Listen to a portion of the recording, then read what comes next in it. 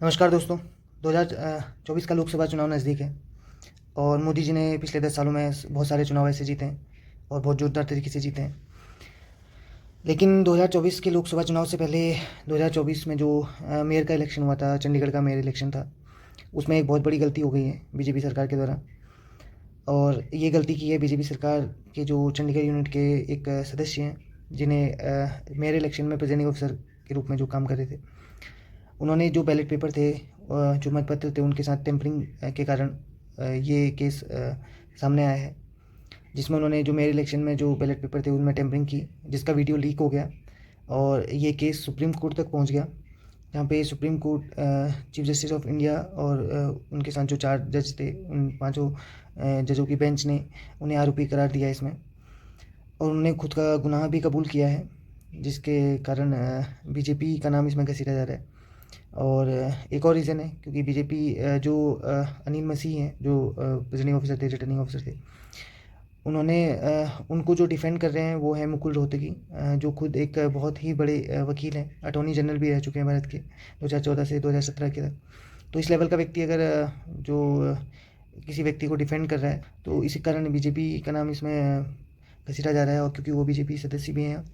और अब ये तो इसके पीछे कौन है एक्चुअल में, वो तो सिर्फ अनिल मसीह बता सकते हैं इसे। इसलिए चीफ जस्टिस ऑफ इंडिया ने जो 8 जो बैलेट पेपर थे, जो मतपत्र थे, उनको सीधे सीधे जो प्रतिनिधि थे दूसरा, उनको ये पक्ष में कर दिया, जिसके कारण उनकी जो विजय हुए। और ये जो इंडियन अलायंस का जो गठबंधन का की पहली जीत है, जहाँ पे जो कुलदीप कुमार, जो आप बेसिकली आप के प्रतिनिधि हैं, आप और कांग्रेस के, और ये पहली जीत है इंडियन अलायंस की। नहीं तो इंडियन अलायंस हर जगह जगह पे स्प्लिट हो रही थी, लेकिन बीजेपी ने जहाँ पे अपने ही पाँव में कुल्हाड़ी मार के उसे एकजुट होने का न्योता दिया है। और ये पहली जीत के रूप में इंडियन अलायंस ने बीजेपी एक छोटे से चुनाव से सही लेकिन जीत दर्ज करी है।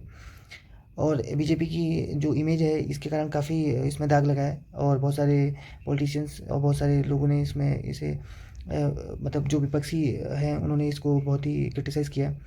अरविंद केजरीवाल जो सीएम है दिल्ली के, उन्होंने तो ये भी बोला है कि इसीलिए बीजेपी इतनी कॉन्फिडेंस में है कि वो टेम्परिंग करती है, और अंदर जब इलेक्शन होने के बाद क्या होता है वो किसी को नहीं पता, क्योंकि इसीलिए वो लोग बोलते हैं कि पहले से कि हम लोग इतनी सीट ले आएंगे, नो मैटर कि आप लोग क्या वोट दें या ना दें, बाकी वो तो हमारे हाथ में है, हम लोग किसी भी हालत में इतनी सीटें ले आएंगे। तो इस तरीके से बीजेपी को ट्रोल किया जा रहा है कि वो लोग चीटिंग करके जीते हैं। और तो ये हुआ भी ऐसा ही है कि बीजेपी के जो सदस्य है उसके द्वारा ये ऐसा काम किया गया है कि बीजेपी को जिताने के लिए, कि किसी भी हाल में जीतना है।